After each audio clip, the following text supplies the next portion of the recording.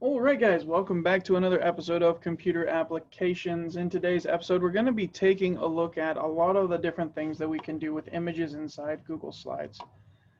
With this, remember you can go to Insert Image, and you have these options for an image, right? You can take one with the webcam.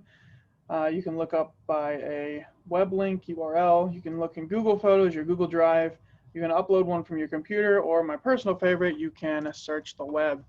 If you click the search the web option, you'll notice I already had it open over here. I'd already done a search for a computer up here, just because I felt like that's what we wanted to use for today. You can click and drag it in, and voila, now you have an image on your slide. We've already been doing some things with images in the past, right? You remember you can move things around here, and you can get your horizontal and vertical alignment. So now this picture, this image is perfectly centered in our slide here. One of the nice things that you can do with this as well that you'll be using in today's lesson is this crop tool. It says crop image up here at the top. If you click on that, you'll notice that now you have some black bars that have shown up.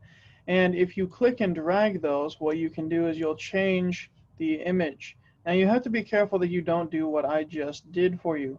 By clicking on the little blue dot, you will change how the image is positioned in the picture. If that happens, just undo it and make sure that you grab the black bar there, and you can change the image.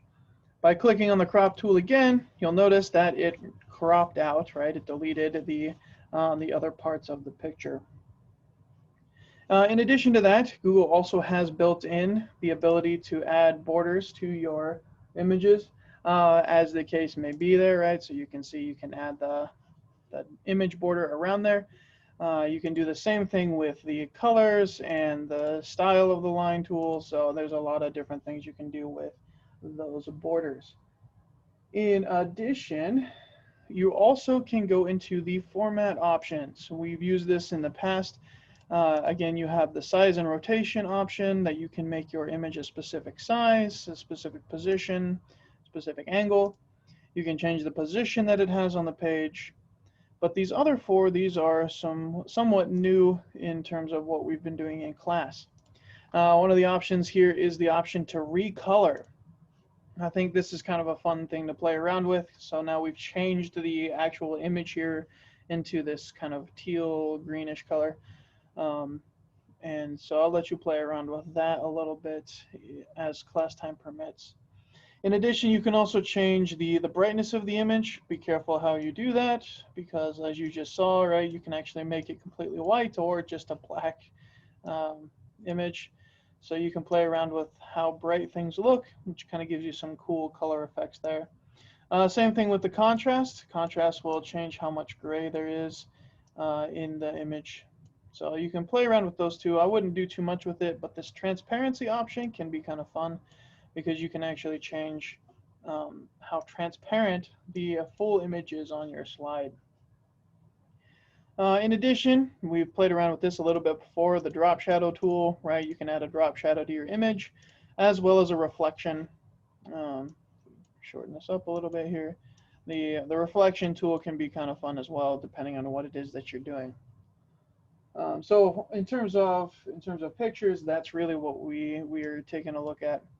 As a point of note, if you're using PowerPoint, there's some more image options that you can do. You can change how the actual image looks, but we're not going to worry about that for Google Slides. I just wanted to point out that it is there. So you'll have those to play around with when you take a look at the styles and effects that are available inside Google Slides for you.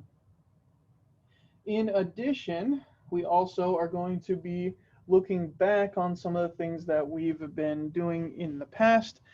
You'll have the option to, or rather the requirement to add in a text box.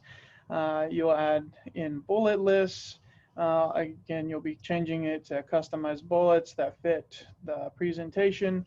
All things that we've been looking at in the past, so you should have no problem doing those. As one final point of note, one of the things that you can do with this is, if you take a look here at the background option, you can actually choose an image to be the background of your slide. You have the same options. Again, you can do a Google image search. So if we look for a computer again, we could actually select our same image as our background. We delete this other one. Boom. Now we have a picture for a background. That will be extremely helpful in your lesson for today. So remember, if you come up here to the background tool, you can choose an image. You can choose a page color. You have a whole bunch of different options there.